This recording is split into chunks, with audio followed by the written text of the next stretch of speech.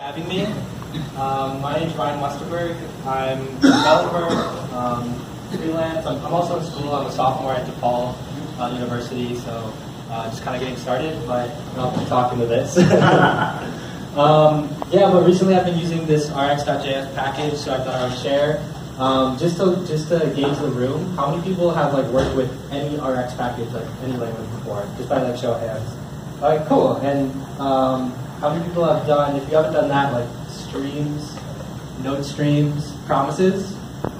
Okay, so it seems like people here are pretty familiar with these concepts, so that's great. If you've already used this package before, this might be a bit elementary, but hopefully you'll learn some stuff. I'm going to stick to kind of just the core and go over an example, so we can jump right into it. Understanding reactive programming with RX.js, there's an observable, and you can think of an observable as a stream of values. So you emit values from an observable, and you have three functions that you can call. So one is onNext, and that's where you throw in a value which you emit to your observers. OnError is where you put your error, obviously, and onComplete is what you would call after you've emitted all your events. The cool thing about observables is through RX you can work with a lot of different things and treat them as streams. So I'm sure a lot of people that work with JavaScript are familiar with DOM events like clicks and key presses. So you can treat those as streams. You can treat an array by looping over its values. You can treat that as a stream. HTTP requests, so API calls. You can work with this sort of observable with a lot of those things.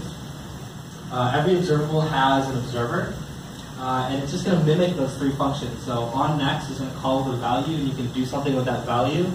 Error is you're going to want to handle your error, and you can call that complete, or you can clean up or do whatever you need to do. Observers, you subscribe them to observables by using the .subscribe function. You can have as many observers as you want. So this is sort of cool.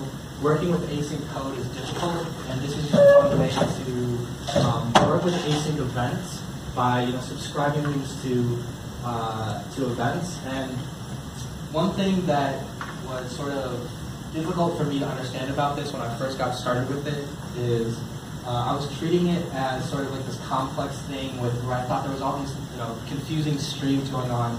Really, at the end of the day, these are just callbacks to events.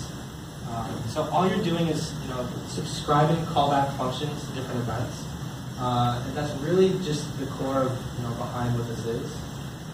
So this is great, and it's actually pretty simple. You can create this using pure JavaScript, pretty simple. But kind of the power of reactive extensions, that's the extension part, is that you have all of these nice functions to work with streams. So you can create streams from promises, like I said, from arrays, from a lot of different things, and they give you the functions to do that. And you can also, if people here use .map and .reduce on arrays, you can think of streams in that similar sort of concept. You can filter and transform into new streams. You can also work with multiple streams at the same time and combine them together. So the power of RX is that you have all these nice functions where you can take a stream and do things with it. So to give you one example, I'll go over this little web app that I've been making, and specifically I'm connecting a search box. So bear with me while I run back and forth to click on the laptop.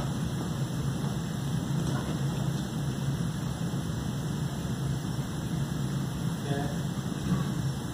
See if I can blow it up.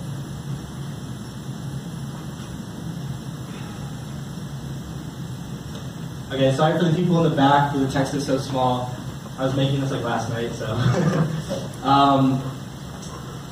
So this is a representation of how you can think of a problem like this using RX.js. So up here, the first thing that you see is a producer. And a producer is just anything that's creating events. So specifically here, I'm looking at an event listener, which is listening for key presses. So that's what's producing these events. and then I attach a subject to it.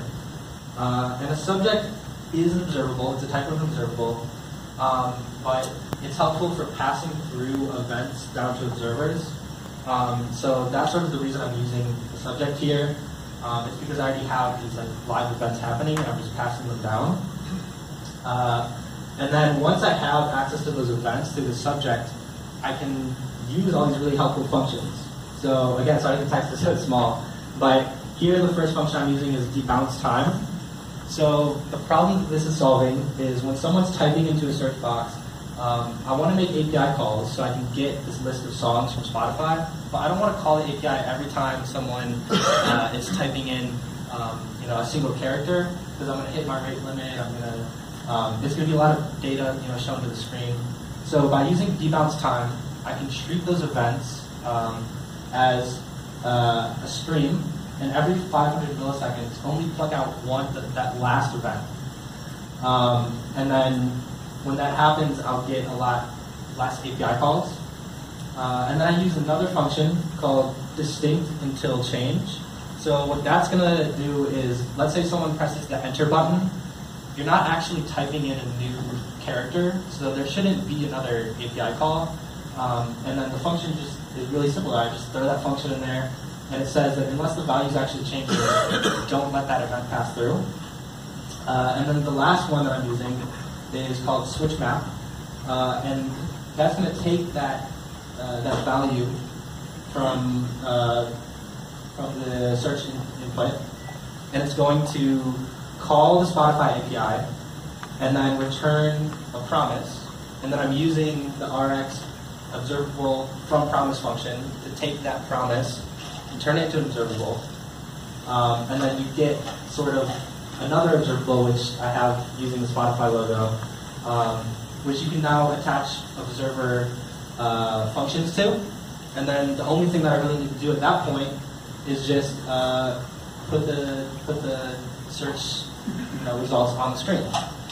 So below that, I have some code which is going to be really tough for everyone to see, but what it's showing is that you can create this sort of flow, and a pretty that code is pretty elegant looking. It's pretty clean, and especially for people that fall into callback hell and have problems writing asynchronous code, because asynchronous code is tough to reason about. It's a cool API where you get to kind of just define when this happens, this happens, this happens in order, like visually in order, and then you just kind of trust that when an event goes through, it's going to follow that order. Any questions so far? I feel like I went through a lot.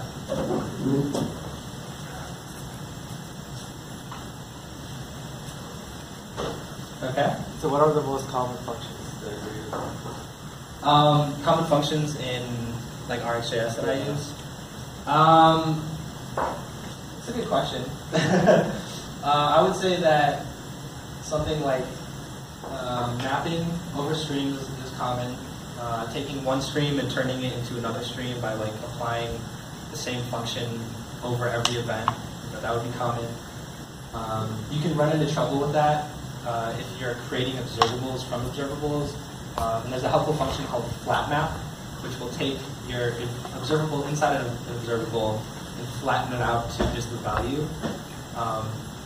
So I would say, yeah, things like mapping and reducing, turning a bunch of values into one value, those would be common. And then I think it kind of just depends on the problem case.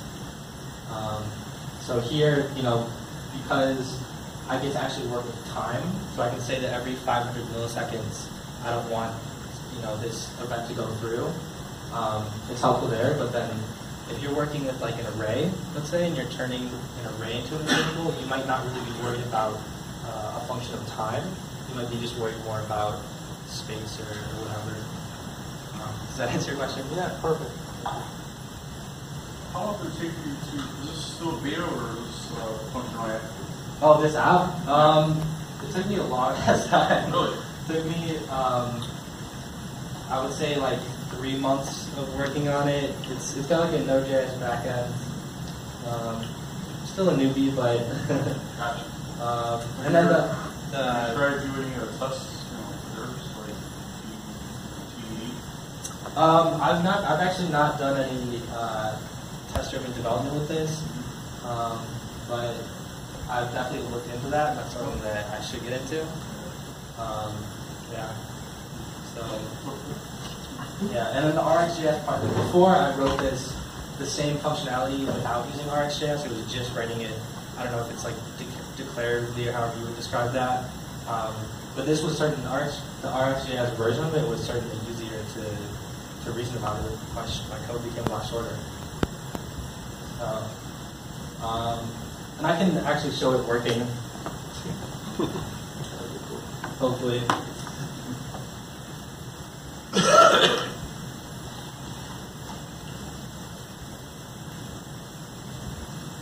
I can fix that.